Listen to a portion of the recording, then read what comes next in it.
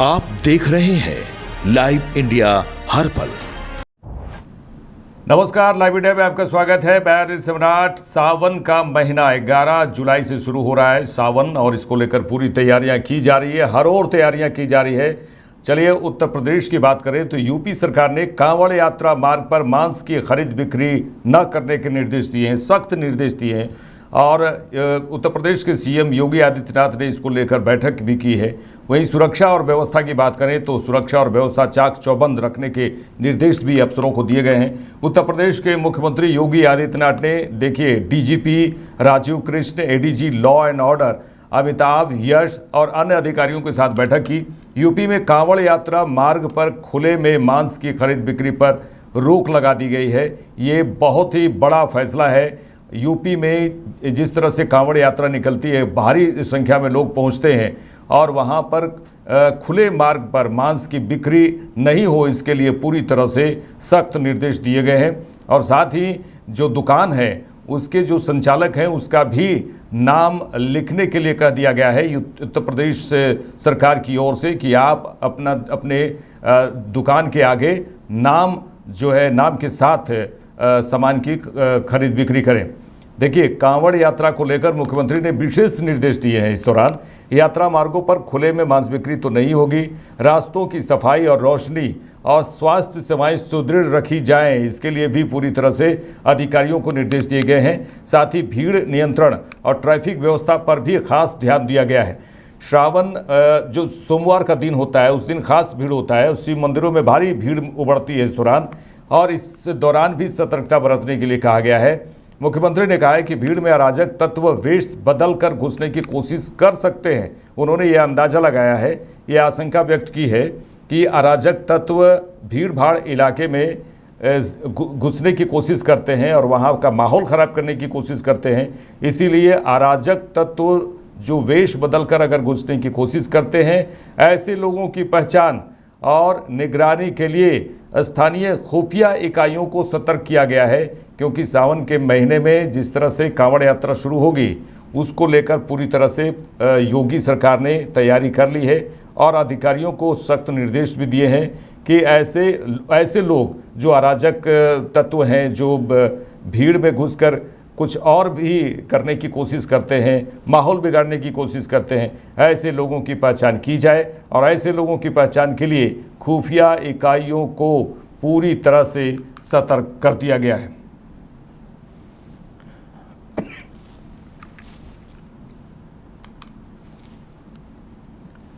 चलिए आगे बढ़ेंगे। मुख्यमंत्री रेखा गुप्ता ने नशीली दवाओं के दुरुपयोग और अवैध तस्करी के खिलाफ अंतर्राष्ट्रीय दिवस के अवसर पर आयोजित कार्यक्रम में शिरकत की। और दिल्ली की मुख्यमंत्री रेखा गुप्ता ने कहा कि इस वर्ष 2025 में हमारी दिल्ली पुलिस ने नशे के कारोबार में शामिल 1100 लोगों को गिरफ्तार किया है, उनके खिलाफ मुकदमा दर्ज किया है और जितनी भी नशीली दवाएं मिली हैं उन्हें जब्त किया है। सरकार, पुलिस, समाज सब इसे ख़त्म करने के काम में लगे हैं, लेकिन हम सभी को एक टीम बनाकर मिलकर काम करना होगा। उन्होंने कहा है कि मेरा मानना है कि जब हम सब मिलकर काम करेंगे तो समाज से नशे की बुराई पूरी तरह से ख़त्म हो जाएगी। मात्र इस साल 2025 5 महीने में, 4 महीने में ही हमारी दिल्ली पुलिस ने कम से कम 1100 लोगों को गिरफ्तार किया। केवल इस नशे के व्यापार में जो लोग लगे हुए थे उनके खिलाफ एफआईआर दर्ज हुई, उनके खिलाफ मुकदमा दर्ज किया गया और जितना भी नशा मिला, कोकीन, गांजा, अफीम, वो सब जब्त किया गया। ऐसे जो लोग यहां वहां नशे में पाए गए उनको रिहैबिलिटेशन सेंटर में भेजा गया। सरकारें भी लगी है, पुलिस भी लगी है, समाज भी लगा है, पर हम सबको भी एक टीम बना करके लगना पड़ेगा। ये मत सोचिए कि मेरे अकेले के लगने से क्या होगा, मैं क्या कर सकता हूं। मैं इतना मानती हूं कि जब हम सब लग जाएंगे तो ये समाज में से नशे की बुराई पूरी तरीके से खत्म हो। एक्सियोम मिशन 4 का संचालन कर रहे भारतीय अंतरिक्ष यात्री ग्रुप कैप्टन शुभांशु ने अंतरिक्ष में अपनी यात्रा के बारे में जानकारी दी। वहां अंतरिक्ष पर पहुंच गए हैं सभी साथियों के साथ। और उन्होंने इस दौरान कहा कि अंतरिक्ष से नमस्कार, उन्होंने अंतरिक्ष से नमस्कार कहा, नमस्कार किया पूरे विश्व को। और उन्होंने कहा है कि मैं अपने साथी अंतरिक्ष यात्रियों के साथ यहाँ आकर रोमांचित हूँ, बड़ा खुश हूँ। एक खिलौना उन्होंने दिखाया है, हंस को, हंस का एक खिलौना है हंस, और उसे लेकर उन्होंने कहा कि भारतीय संस्कृति में हंस को ज्ञान का प्रतीक माना जाता है।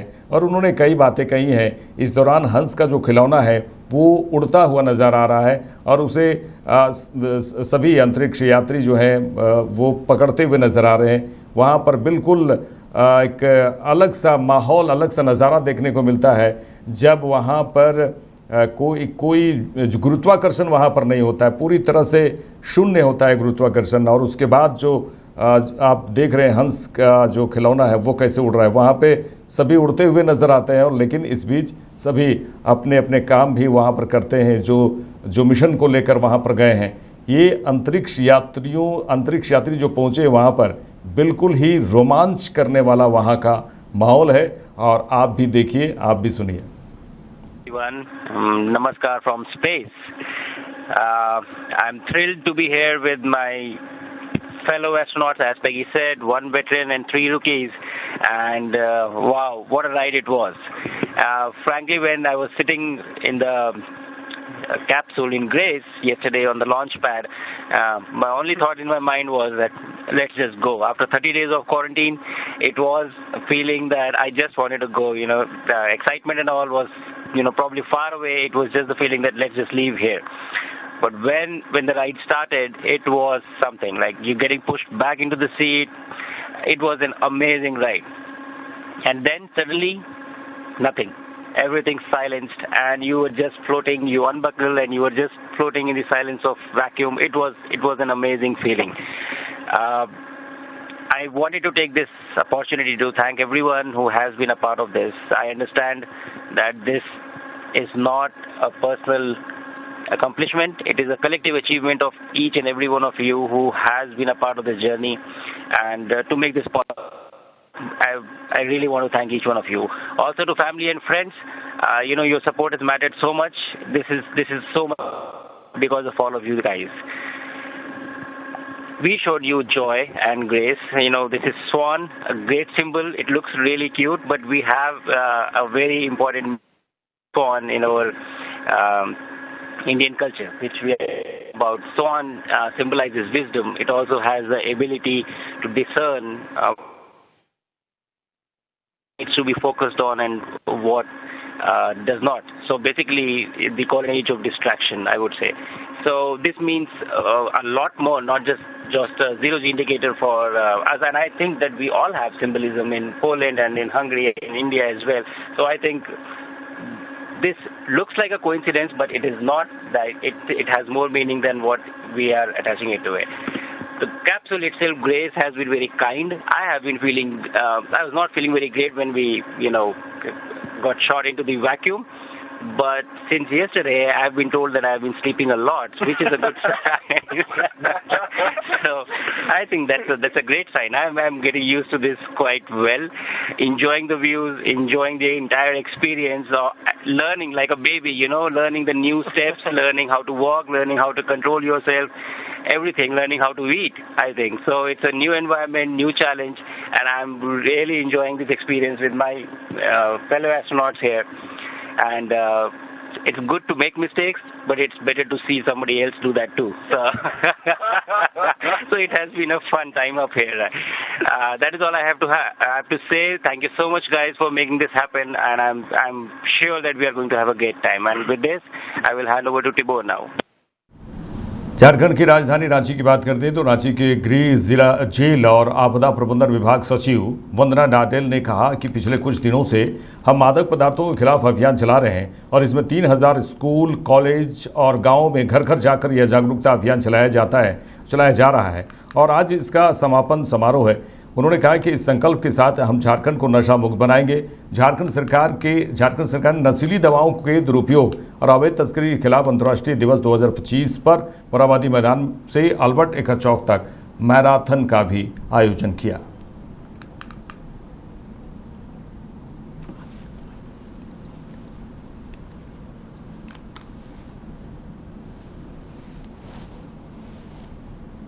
प्रवक्ता ने कहा कि इस वर्ष 2025 में हमारी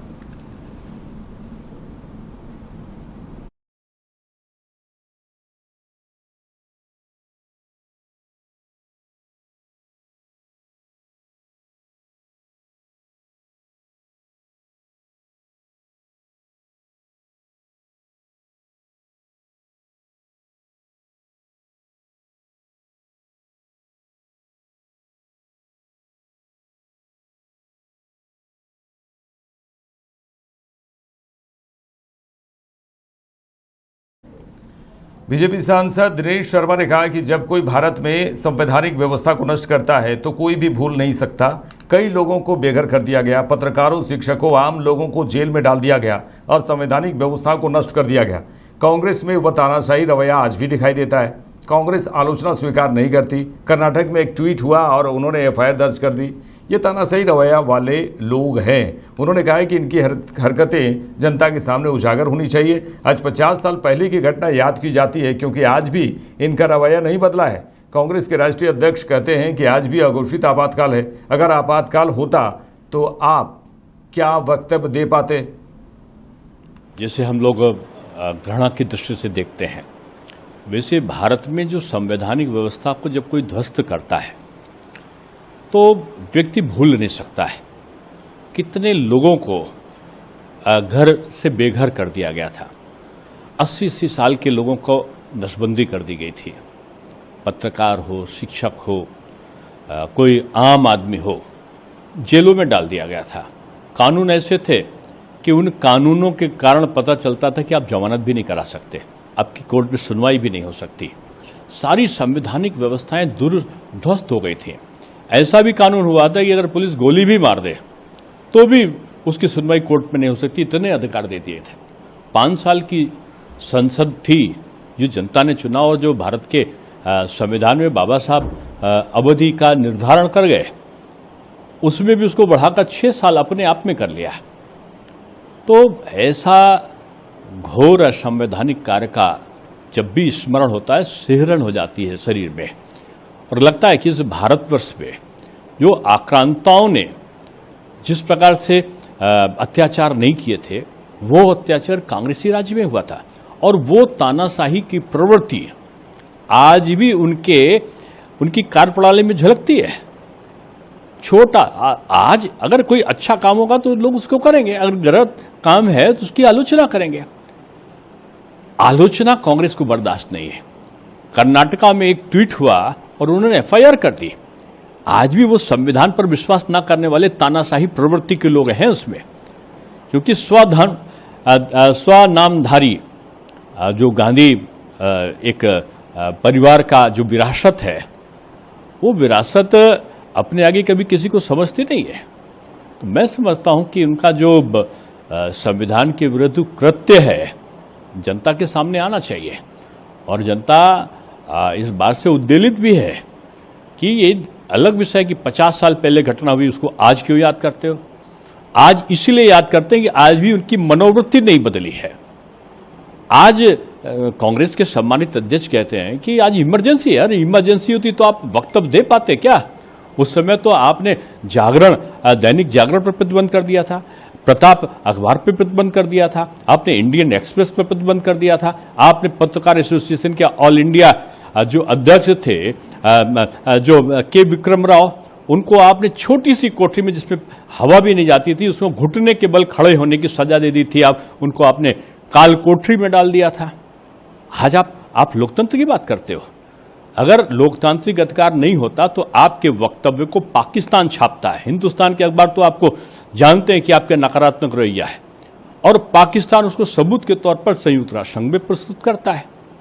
तो मेरा ये कहना है कि आपने जो एफआईआर कराई है। चलिए आगे बढ़ेंगे। चीन में रक्षा मंत्री राजनाथ सिंह चीन की यात्रा पर हैं और राजनाथ सिंह ने किंगदाओ में SCO संघाई सहयोग संगठन रक्षा मंत्रियों की बैठक में शिरकत की है।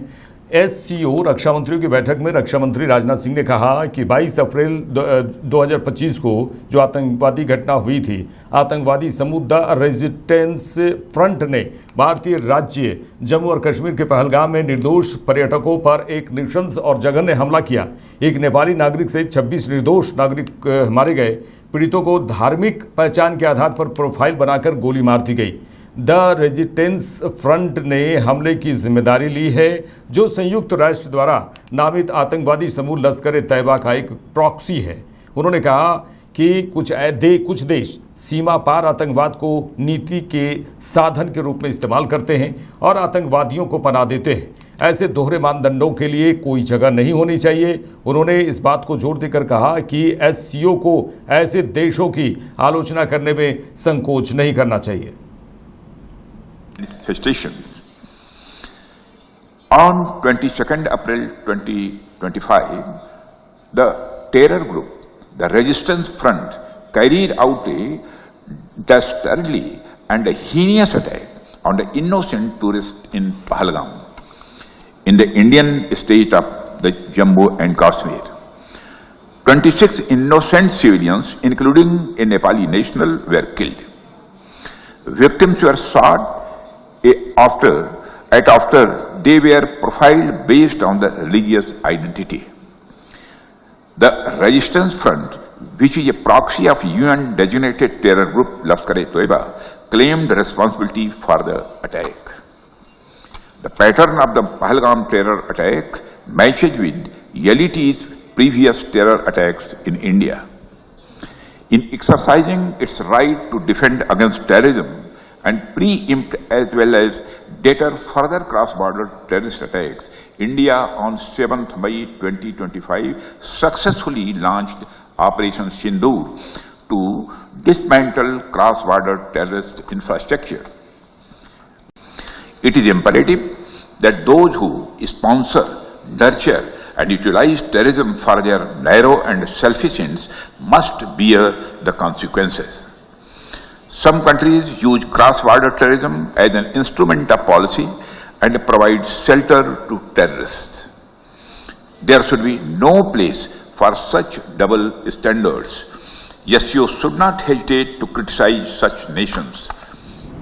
पश्चिम बंगाल विधानसभा में नेता प्रतिपक्ष और बीजेपी नेता शुभेंदु अधिकारी ने कहा है कि कोलकाता एयरपोर्ट पर जो चल रहा है वह सुरक्षा की दृष्टि से बहुत चिंता की बात है। कोलकाता एयरपोर्ट की सीमा बंद नहीं हो रही है, वहां से बाहर के लोग आ जा रहे हैं और यहां से चीन और बांग्लादेश की भी कनेक्टिविटी है। उन्होंने कहा है कि हमने इस कोलकाता एयरपोर्ट की बाउंड्री को बंद करने की भी मांग की है। जिन 2 नए रनवे को लेकर केंद्र सरकार ने बजट जारी किया है, जिनका काम भी खत्म हो गया है लेकिन उसे शुरू नहीं किया जा रहा है, इतने संवेदनशील अंतर्राष्ट्रीय हवाई अड्डे की बाउंड्री को तुरंत बंद किया जाना चाहिए।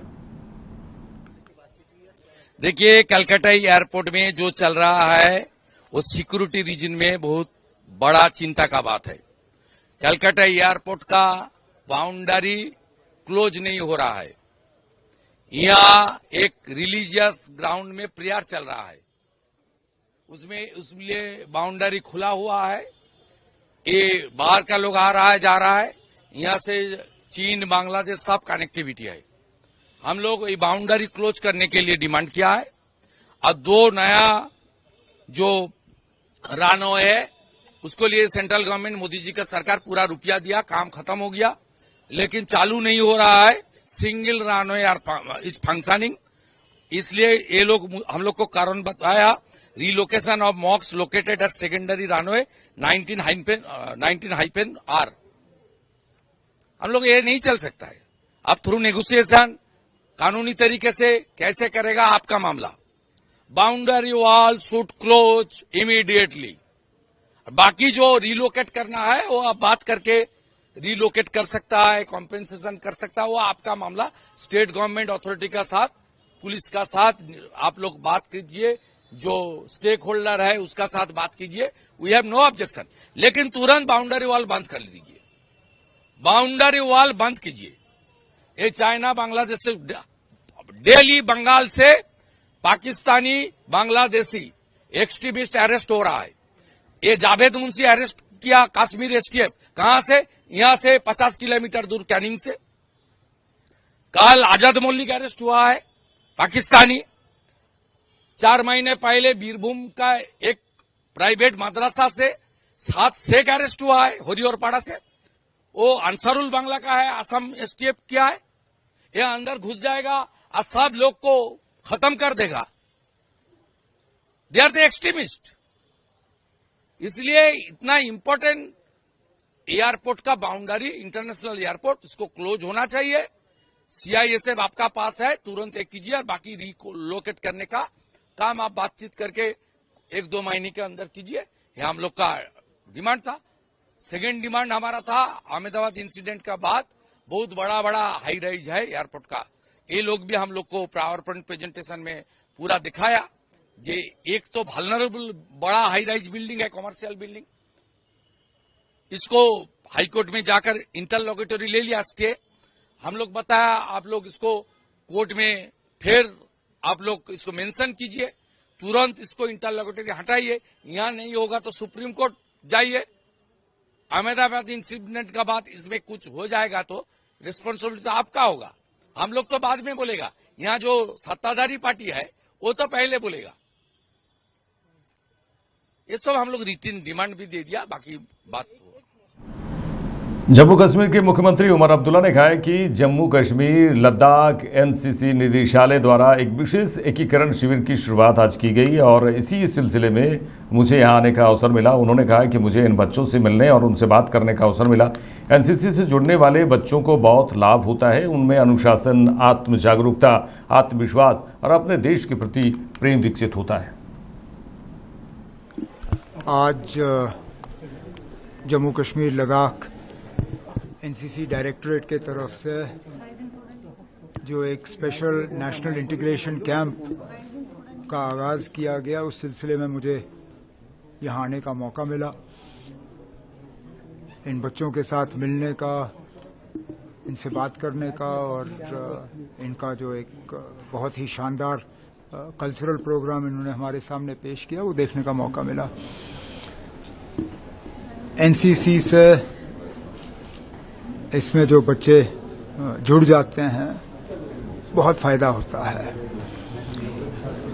एक डिसिप्लिन, एक सेल्फ अवेयरनेस और सेल्फ कॉन्फिडेंस, मुल्क को लेके प्रेम और कुछ ऐसे रिश्ते जो जिंदगी भर के लिए उनके लिए फायदेमंद साबित होंगे। और तो और कम उम्र में ये बच्चे बहुत कुछ हासिल कर सकते हैं और कर भी देते हैं। अब आपने जैसे देखा 10 एनसीसी के कैडेट्स जो हैं वो दुनिया के सबसे बड़े चोटी पे जाके उन्होंने झंडा गाड़ा, जिनमें से 2 जम्मू कश्मीर लद्दाख के, एक हमारी बेटी और एक हमारा बेटा, कठुआ से लड़का और लद्दाख से हमारी लड़की एक। ये अपने आप में एक बहुत बड़ी बात है ना। अब 18 साल की उम्र में दुनिया के उस सबसे बड़ी चोटी पर खड़ा होना, ये दिखा देता है कि एनसीसी में आने के बाद कितना डिसिप्लिन और कितना सेल्फ कॉन्फिडेंस इन बच्चों में आ जाता है। तो मैं तो चाहूँगा कि और बच्चे जो हैं वो एनसीसी के साथ जुड़ें और इसी में अपनी आपको बता दें कि पुरी में कल बड़ा मेला है और उड़ीसा के पुरी में जिस तरह से भीड़ होती है रथ यात्रा को लेकर, जो परंपरा है वहाँ शुरू होने जा रही है और पूरी तैयारी कर ली गई है। उड़ीसा के पुरी में केंद्रीय मंत्री धर्मेंद्र प्रधान ने कहा, वहाँ पहुँचे और उन्होंने कहा कि रथ यात्रा की परंपरा में आज का दिन बहुत महत्वपूर्ण है। आज की बात करें तो वह दिन है जब महाप्रभु अपने बुखार से बाहर आते हैं और दर्शन देना शुरू करते हैं। और पुरी की परंपरा में वीर गोविंदपुर का विशेष स्थान है। उन्होंने कहा इस गांव की स्थापना सदियों पहले हुई थी। यहाँ की परंपरा को आगे बढ़ाने के लिए भारत सरकार के इंडियन ऑयल कॉरपोरेशन द्वारा सामुदायिक सुधार कार्यक्रम के माध्यम से एक बहुउद्देशीय कौशल केंद्र बनाया गया है। रथ यात्रा की परंपरा में आज के दिन की अपने आप में बहुत महत्व है। महाप्रभु जब अणसर से अपने बुखार से निकल के दर्शन देना शुरू करते हो, आज ही का दिन होता है। नव जौवन बेस आज कहा जाता है। उसी प्रकार के पवित्र दिन के अवसर पे पुरी की परंपरा में वीर गोविंदपुर की एक अनन्य स्थान है। सदियों की पहले गांव स्थापना हुई थी यहाँ की परंपरा को आगे ले जाने के लिए, सनातन परंपरा को आगे ले जाने के लिए उस गांव में आज भारत सरकार की इंडियन ऑयल कॉरपोरेशन की ओर से एक सामुदायिक सुधार कार्यक्रम की, दायित्व कार्यक्रम के माध्यम से, CSR कार्यक्रम के माध्यम से एक मल्टीपर्पज स्किल सेंटर बनाया गया है। ये यहाँ की महिलाओं को, नौजवानों को, विशेष करके प्रधानमंत्री जी की जो लक्ष्यपति दीदी की कल्पना है, उन दीदियों की व्यवसाय को बढ़ाने के लिए ये केंद्र काम पे आएगा। रामगढ़ जिले के दुलमी प्रखंड के पोटमदगा प्रजापति मोहल्ला में ग्राम सभा का आयोजन किया गया। ग्राम सभा की अध्यक्षता मुखिया रंचू देवी ने की है और ग्राम सभा में कुल 6 प्रतिभागियों ने भाग लिया, जिसमें अंक के आधार पर रीना कुमारी का चयन सेविका पद के लिए किया गया। इस दौरान CDPO, सुपरवाइजर, प्रखंड सूत्रीय अध्यक्ष सुधीर सहित कई गणमान्य लोग शामिल हुए। कुम्हारटोली पोटमदगा में विगत कुछ महीनों से यहाँ पर जो अन्यत्र नौकरी हो जाने के कारण यहाँ सेविका का पोस्ट खाली हो चुका था, जिसकी वजह से हम लोग यहाँ पर आम सभा के लिए आए हुए थे, जिसमें 6 कैंडिडेट ने भाग लिया। लेकिन हमारे विभागीय लेटर के हिसाब से जिसका 2 अंक ज़्यादा है उसकी सेविका पद पर बहाल की जाती है, जिसमें क्या नाम हो गया, रीना कुमारी के सेविका पद पर बहाली की जाती है। मेरा नाम रीना कुमारी है। मैं कुम्हारटोला की सेविका के रूप में चयनित हूँ। मुझे सेविका में काम प्राप्त करने के कारण चयन किया गया है। सबके सहमति। झारखंड की राजधानी रांची से सटे सिल्ली की बात करते हैं। सिल्ली प्रखंड अंतर्गत कोचो पंचायत के मारदू गांव में बुधवार की बात करें तो वहां सुबह, बहुत ही सुबह, लगभग 4:30 बजे की बात है, एक बाघ पहुंच गया घर के अंदर, जो पुरेंद्र महतो के घर में घुसा। देखिए, इसको लेकर लोगों में दहशत का माहौल है और चर्चा का विषय है। घर में घुसने के बाद अंदर के तीसरे रूम में वो प्रवेश कर गया। इस संबंध में घर के मालिक पुरेंद्र महतो ने बताया कि जब सुबह 4:30 बजे घर का दरवाज़ा खोलकर जो बकरियां हैं उनकी, वो बकरियों को बाहर निकाला। उसके बाद मोबाइल पर वो गाना सुनने लगा। इस समय बड़ा सा एक बाघ उसके छलांग लगाकर उसके घर के अंदर प्रवेश कर गया। उसी वक्त पुरेंद्र महतो अपने बच्चों के साथ घर में ही मौजूद थे। बाघ को देखकर पुरेंद्र महतो कमरे का दरवाज़ा बंद कर दिए। बाघ जैसे ही दूसरे कमरे में प्रवेश किया, बच्चों को बाहर निकालकर मुख्य दरवाज़ा बंद कर दिया। ये बहुत हिम्मत की बात है। एक बाघ देखने के बाद अपने आप एक डर सा माहौल होता है, लेकिन उन्होंने, पुरेंद्र जी ने हिम्मत दिखाई है और बाहर निकालकर फिर शोर मचाने लगे। हालांकि मुख्य दरवाज़ा बंद कर दिया गया, बाघ अंदर ही रहा। आवाज़ सुनकर आसपास के लोग जब पहुँचे और उन्होंने इसकी सूचना वन विभाग और पुलिस को भी दी। सूचना पाकर सभी दल बल के साथ पुरेंद्र महतो के घर पहुंचे। काफ़ी देर बाद बाघ को पकड़ने के लिए वन विभाग रांची और वन विभाग पलामू की रेस्क्यू टीम पहुंची और रेस्क्यू का काम शुरू किया गया। देखिए, कड़ी मेहनत के बाद सफलतापूर्वक बाघ को अपने कब्जे में ले लिया गया। इस दौरान वन विभाग के कई अधिकारी भी घटनास्थल पर मौजूद थे। साथ ही ग्रामीण SP परवीन कुमार, सिल्ली थाना प्रभारी दिनेश ठाकुर, OP प्रभारी कुंदन सिंह अपने दल बल के साथ मौजूद थे। बाघ को देखने के लिए इस दौरान जो उत्सुकता होती है, हालांकि डर तो है, लेकिन उत्सुकता होती है कि आखिर एक घर में बाघ कैसे घुसा और किस तरह से वो आया। बाघ को देखने के लिए काफ़ी संख्या में सुबह से शाम तक कहा जाए, वहाँ पुरेंद्र जी के घर में मेले जैसा भीड़ दिखाई दिया। आप तस्वीरें में देख रहे हैं किस तरह से वन विभाग की टीम ने बाघ को रेस्क्यू कर अपने कब्जे में लिया।